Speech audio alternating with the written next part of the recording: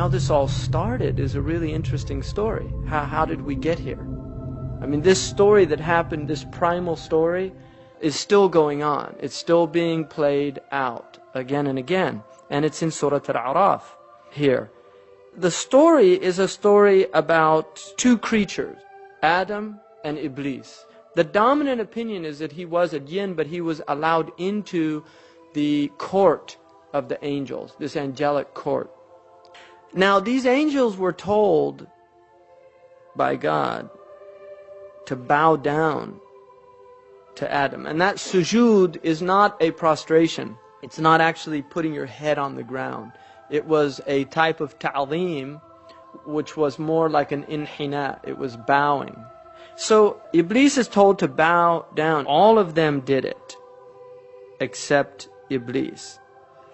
What has hindered you from not falling prostrate? إِذْ أَمَرْتُكَ, because I told you to do this.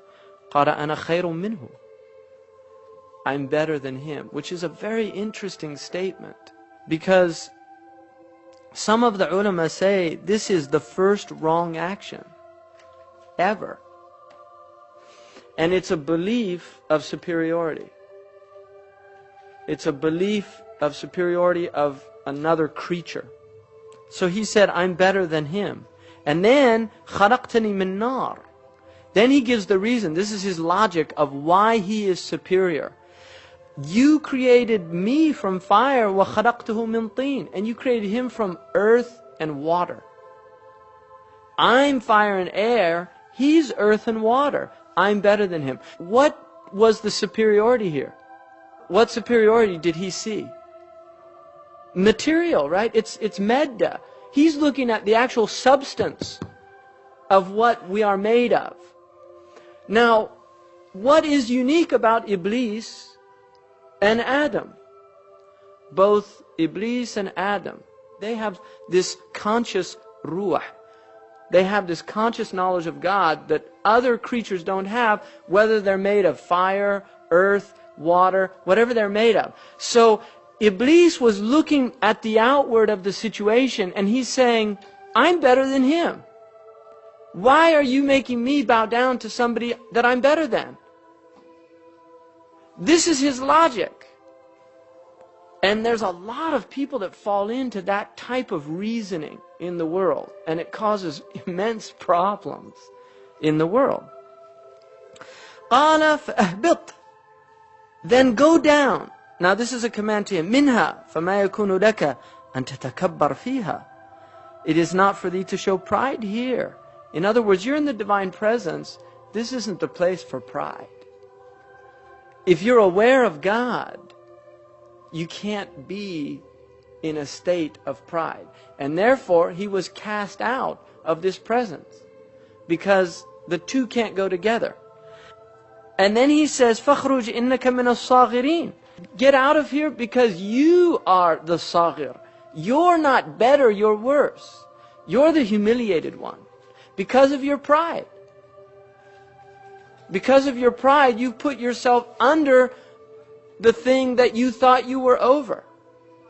So the actual thinking that you were over this other creature has put you under that creature by default. So go out. His kufr is called kufr al-isyan. It's the disbelief of disobedience. And then he says, قَالَ أَنظُرْنِي أَنظِرْنِي إِلَى يَوْمِ يُبْعَثُونَ. Give me some reprieve. قَالَ إِنَّكَ مِنَ الْمُنظَرِينَ. You've got this reprieve. قَالَ فَبِمَا أَغْوَيْتَنِي. This is really key here. بِمَا أَغْوَيْتَنِي. Now, because you led me astray.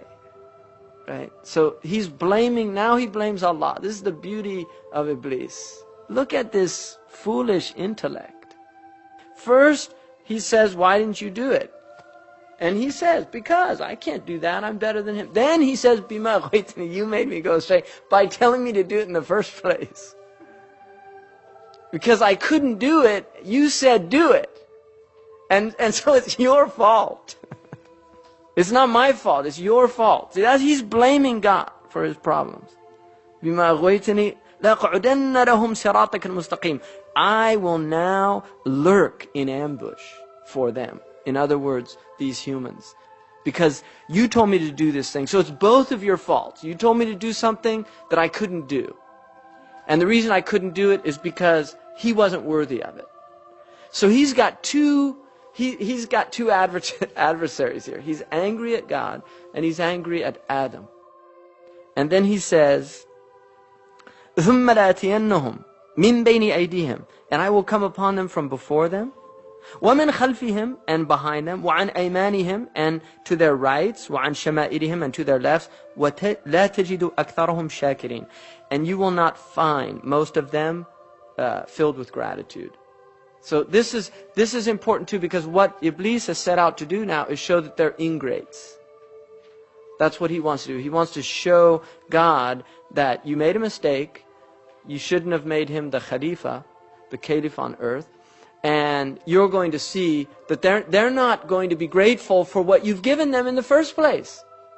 And so it's very interesting, this story, because what it's telling us is that if you place God in his right position and you place yourself in your right position, which is that you see God over you and you're under, in prostration, in this state of submission, shaitan has no access.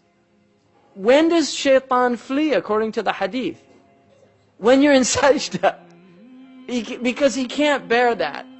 Humility before God. And then Allah again, قَالَ خُرُجْ مِنْهَا مَذْءُومًا مَدْحُورًا. He banished them again, degraded, banished.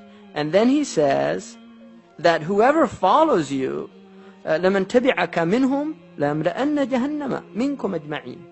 I'm going to fill Jahannam with them. Those people that follow you, you're their imam. And you're headed to that place, so you're going to take them with you. So if you take him as an imam, that's where he's taking you. So Allah gave him the ability to go into our bodies and play with our minds, to be able to so inconspicuously sound in our mind as if it is our own deep thoughts, but it is actually shaitan saying his worst and evil words into our mind, whispering into our ears. And then shaitan said,